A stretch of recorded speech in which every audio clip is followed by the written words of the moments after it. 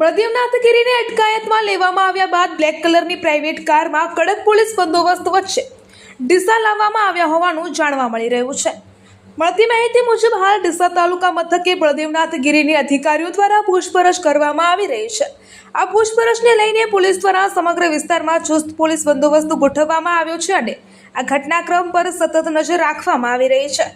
આ સમગ્ર કાર્યવાહી દરમિયાન કાયદો અને વ્યવસ્થા જળવાઈ રહે તેમજ કોઈ અનિચ્છનીય બનાવ ન બને તે માટે પોલીસ દ્વારા પૂરતી તકેદારી રાખવામાં આવી રહી છે। આ સમગ્ર પ્રક્રિયા કાયદેસર રીતે પૂર્ણ થાય અને શાંતિપૂર્ણ વાતાવરણ જળવાઈ રહે તે માટે પોલીસના અધિકારીઓ અને સ્ટાફ સતત ફરજ પર ખડે પગે કાર્યરત છે। આ સમગ્ર ઘટનાને લઈને લોકોમાં ભારે ચર્ચા ચાલી રહી છે। જો કે પોલીસે હજુ સુધી સત્તાવાર રીતે કોઈ વિગત જાહેર કરી નથી।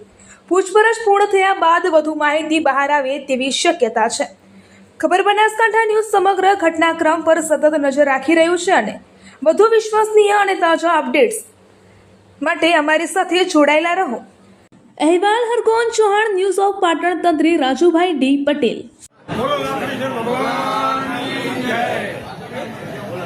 આપણે આજે આપણા મન લાકણેશ્વર ગાદીના મન શ્રી ગોવિંદપુરી બાપુને જે શુભાપરાની અંદર આમંત્રણ આવેલું એના અનુસંધાને જે ત્યાંથી દેદરબાર મન બળદેવનાથ આવેલા અને આપણા બાપુનું જે અપમાનિત કર્યું છે તો તમને જે આ 72 એકમ દતોડો અને વઢિયાર પ્રજ્ઞાને બધાને હાથોની વિનંતી કરું છું કે બળદેવનાથને કોઈને બોલાવો નહીં અને બોલાવો તો એને કઈ કોઈ આ સમાજવાળા જાશે નહીં। એને આપણા ગુરુનું અપમાન કર્યું છે એનું એ ઓગળો અપમાન કરશે તમને કહું, બરોબર? એટલે આટલી મારી વાત કરી વિનંતી કરું, કોઈ ના બોલાવશું અને આ પાપી માણસ છે। અને રણછોડભાઈને પણ કહું છું, રણછોડભાઈએ જે બાપુનું અપમાન કર્યું રણછોડભાઈને માફી માંગવી પડે અને રણછોડભાઈને સમાજવાળાને બાપુને માફી માંગવી પડે। બાપુ મારી ભૂલ થઈ છે એના અનુસંધાને રણછોડને પણ કહું છું તો અહીં માફી માંગીએ, તારું શું થાય છે તને ખબર નહીં હોય। મારું નામ ચૌધરી અજમલ પીપાનાભાઈ। શું ઘટના હતી આખી સાહેબ, હું દાદર ગામથી માટલા ગામે બેસણા માટે ગયેલો અને ત્યાંથી મારા છોકરાનો ફોન આવેલો અને એ ફોન લઈને અરે ભાઈ ફોન આવેલો બીજવારો લેતા આવજો, એટલે વરસાદ થયેલો તો હું બીજવારો લેવા બિયારણ લેવા માટે થરા ગામે આવેલો અને થરા હું ગયેલો તો ત્યાં આગળ હું બીજવારો લઈને નીકળેલો। મારી પાસે પૈસા હતા 15,000 રૂપિયા જેવું અંદાજે, મેં બિયારણ લઈને નીકળેલો એટલે મારી પાસે આ લોકો 15-20 જણા દિયોદર નાળાકાને મને રોકેલો અને દિયોદર નાળે મને કોઈ ઘેરાવો કરી અને મારી ગાડી પડાવીને અહીંયા રાતે ચલાવીને મને લઈ ગયેલા અને દેવદરબાર મંત્રે ત્યાં જઈને મને બાંધીને માર્યો, એમની જાતે માર્યો છે મને અને મારી પાસેથી જે લીધી લૂંટ બૂટ બધું લઈ લીધેલું છે 15,000 રૂપિયા મારી પાસેથી। અને બીજું કે મને કે હજુ તને મારી નાખી તો કોઈને ફરિયાદ કે ફાંડું કહી દો તને પણ હજુ મારી નાખવામાં આવશે કે એફઆઈઆર બનાવી હતી અને જે લખેલું હતું મેં જે બધી આખી અરજી જે લખેલી હતી ને એ અરજીને અહીં ફરિયાદ જ્યારે પોલીસ લેવા આવેલી ત્યારે બધું લખેલું। મેં કે મને અહીં પૂછ્યું કે ભાઈ શું કરવાનું છે તમારે, તો કે મેં અરજી એમને હાથમાં આપી કે ભાઈ જે અરજી મારી લખેલી છે એમાં એક પણ શબ્દ ઓછો ના થવો પડે, અમારી જે અરજી છે એના આધારે મારે ફરિયાદ આપવાની છે। તો એ ફરિયાદ અધૂરી મેળીને ગયેલા અને બીજે દિવસે આવેલા અને ફરીને પાછી અરજી લઈને આવ્યા ત્યારે એ ટાઈમે મેં એમને સહી કરાવવા હું માનસિક તરફથી ખૂબ કંટાળી ગયેલો। તો મારા સગા સંબંધીઓ મને ખબર પડતા મારો ખબર પૂછવા આવતા મને ખૂબ પેલું હતું એટલે મેં એમને પૂછ્યું કે ભાઈ જે મારી અરજી લખેલી હતી એના આધારે તમે કંઈ મને સહી કરાવવા આવો છો કે એ જ અરજીથી સહી કરાવવા સ્વામી, બીજી કોઈ નથી। તો આ પોલીસે ત્યાં જઈ ગમે તે મળે ત્યાંથી કાંઈ પણ કરી અને મારી મકાથી જે લખવાનું હતું કાઢી અને જે સત્ય જે મારો આરોપી અને જેને મારા માથે ગુજાર્યું છે ત્રાસ ગુજાર્યો છે એ બળદેવનાથની જો મારું નામ નથી તો આ બળદેવનાથનું નામ નહીં આવે તો હું ચેટણે આપઘાત કરીશ અને હું સરકારના શરણે રહેવું પડશે મારે। મને બળદેવગીરીનું નામ નહીં આવે તો ઘડી હું અપવાસ માથે ઉતરીશ અને મારો દેશ પાડી દઈશ હું અને નકે મને આનો ન્યાય મળવો પડે અને બળદેવનાથને ઇન્ક્લુડ થવો જ પડે અને બળદેવનાથની માલી મકા નામ હોવું જ પડે અને ગુલાબગીરીનું પણ નામમાં હોવું પડે। એ લોકોએ મને ખૂબ બાંધીને ત્રાસ આપેલો છે, આજે એનું નામ કાઢી નાખ્યું છે, લુકા તત્વના નામ રાખ્યા છે અને મને રિવોલ્વર ભીડાઈ અને મને બંદૂકથી અને મારે એના ઘરમાં લઈ જઈને મને નગમ કર્યો છે અને મારા કંથી પૈસા લૂંટારો કંથી લૂંટી લીધા છે। મારા ગજવામાંથી પૈસા પડી જાય કોઈક લોકો હતો એને કીધું પેલા પૈસા પડી જાય એને લીધેલા છે અને આવું બધું છુપાઈને ના તો મને બીવરાયેલો છે। મારી સત્ય ઘટના આ છે અને હાઈકોર્ટમાં હું આવીશ તો હું સાહેબ આપ સાહેબના નામદાર કોર્ટના સામે હું આવું બોલવાનો છું। જ્યારે પોલીસ એફઆઈઆર રાત્રે લેવા આવી એ ટાઈમે અમારી અરજી પ્રમાણે અમે એફઆઈઆર આપી કે સાહેબ અમારી અરજી જે છે એ જ પ્રમાણે એફઆઈઆર લખો. એમને અમારી રૂબરૂ અહીંયા એફઆઈઆર એવી રીતની કાગળ ઉપર લેખિત કર્યું અને અમારી સહી લીધા વગર નીકળી ગયા કે સારું. બીજા દિવસે આવી રીત માહોલ બધા મહેમાનોનો હતો. એ ટાઈમે આવ્યા, હું બારે નીચે ચા લેવા ગયેલો હતો અને મારા ફાધર પાસે કે જે તમે કાલે સહી કરી છે એ જ એફઆઈઆર આ તમારી દાખલ કરવાની છે ને આ લખી દીધી છે અને તમે આમાં સહી કરો એમ કરીને સહી કરાવી અને પોલીસ નીકળી જઈ અને ત્યાં જઈને આ એફઆઈઆર બદલી નાખી.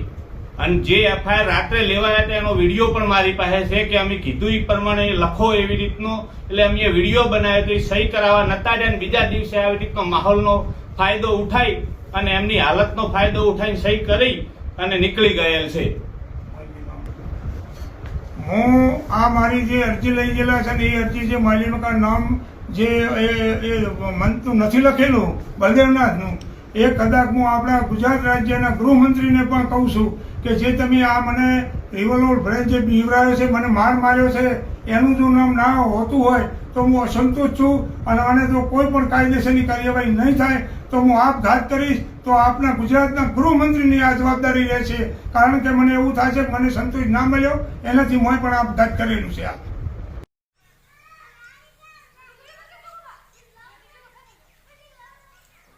દરેક ચૌધરી સમાજને મારી એક નમ્ર વિનંતી.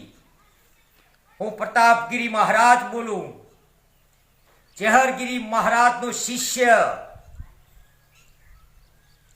અને ગુલાબગીરી મારો ભાઈ હતો. પણ આજે જે મહાન ઓગળ મહારાજની ગાદી ઉપર બેસીને જો કદાચ રિવોલ્વર બતાવતો હોય, કોઈ પુરુષોને શિષ્યોને ધમકાવતો હોય, એના ગુંડા ટપેરિયા લઈને, તો આજ પ્રતાપગીરી મહારાજ બોલું છું, હું ચેહરગીરી મહારાજનો શિષ્ય. પણ મારા ભગવા ભેખને ડાગ લાગે એવું કોઈ બી કામ કરતો હોય તો સિંહાસનના લાયક નથી. કારણ કે ઓગળ મહારાજની જમીન છે અને ઓગળ મહારાજના ઘૂઘરા ઉડીને મારા મનસા નાથ નિબંધોણા હતા અને કોઈ ઘૂઘરા બોધવા લાયક હજી આવ્યો નથી. એ જહુ માતાની જગ્યા છે જેના મસ્તક ઉપર હતી. પણ કદાચ કોઈ સંત ગુંડા રાખે અને કદાચ જો સમાજ ઉપર આવી ટીકા કરે તો આ સંતો મારા બદનામ થાય, મારો ભગવો ભેખ બદનામ થાય. તો આજ હું દરેક સમાજને કહું છું કે આવા મહંતોનું ઓળખો. આ મહંત નથી, આ મહંત થવાના લાયક નથી. સંત કેવો હોય? સંત સમાજની એકતા કરે, કોઈ સમાજનો પક્ષ ના લે અને કોઈ ગયડો માવતર હોય એનું અપમાન ના કરે, એના પગ ધોઈને પીવે, એના માટે સેવા કરે અને એનું સન્માન કરે. કારણ કે મહંત કોને કહેવાય? મહંતના લાયક નથી. કારણ કે કોલેજોમાંથી ડાયરેક્ટ આવીને બેસી ગયા હોય, શાળાઓમાંથી આવીને બેસી ગયા હોય. મહંત કોને કહેવાય? 12 વર્ષ તપ કરતો હોય, જેના પાસે સિદ્ધિઓ હોય, લંગોટનો પાકો હોય, જીવનનો સાચો હોય, એ હોય ભગવાન કા બંદા. નહીતર બાકી આવા ફંદા હોય. આજ હું એટલું કહેવા માંગુ છું મારા દરેક સમાજને કે આવા નકલી સાધુઓ ગાદીઓ પર બેઠા હો તો હટાવો. તમે પૈસા મત આપો, વરઘોડા મત કરો. છત્રી કોના માથા હોય? સિદ્ધ પુરુષ હોય, ગોરખનાથ જેવો, મચ્છંદરનાથ જેવો, અરે દધીજી જેવો, વિશ્વામિત્ર જેવો, પરશુરામ જેવો સંત હોય તો એના માથા ઉપર 70 હોય. પણ હે પાગલો ભક્તો, મારી એક વાત સાંભળો. આ પ્રતાપગીરી મહારાજનો શબ્દ કે સંત કહેવાના લાયક નથી દેવ દરબારનો મહાત્મા. તમે શા માટે આને મહાત્મા કહો છો? કે મહાત્મા કદી ગુંડા મવાલી ના રાખે પહેણ અને કોઈ ભક્તનું કદી જિંદગીમાં અપમાન ના કરે. જ્યારે કોઈ માણસ માફી માગે તો એને માફ કરી દે. પણ એ ગાદી પર જે બોલે છે ને એ દેવ દરબાર વાળો સંત થઈ તો એ સંતના લાયક નથી. દરેક સમાજને મારી નમ્ર વિનંતી છે કે બે હાથ જોડીને વિનંતી કરું છું કે આવા તત્વોનું ઓળખો અને કાયદેસર સજા આપો. સરકાર કેમ પગથિયા લેતી નથી? પોલીસ કેમ પકડતી નહીં? નહીતર ઉગ્ર આંદોલન મારવું હશે પ્રતાપગીરી મહારાજનું દરેક સમાજમાં. જય ભારત, જય હિન્દ, જય સતગુરુ, જય વાગડ, જય જહુ, જય ચહાર, જય સદી શિગોતર, જય નરસિંહા વીર મહાકાલ ભૈરવ, જય ભોલેનાથ.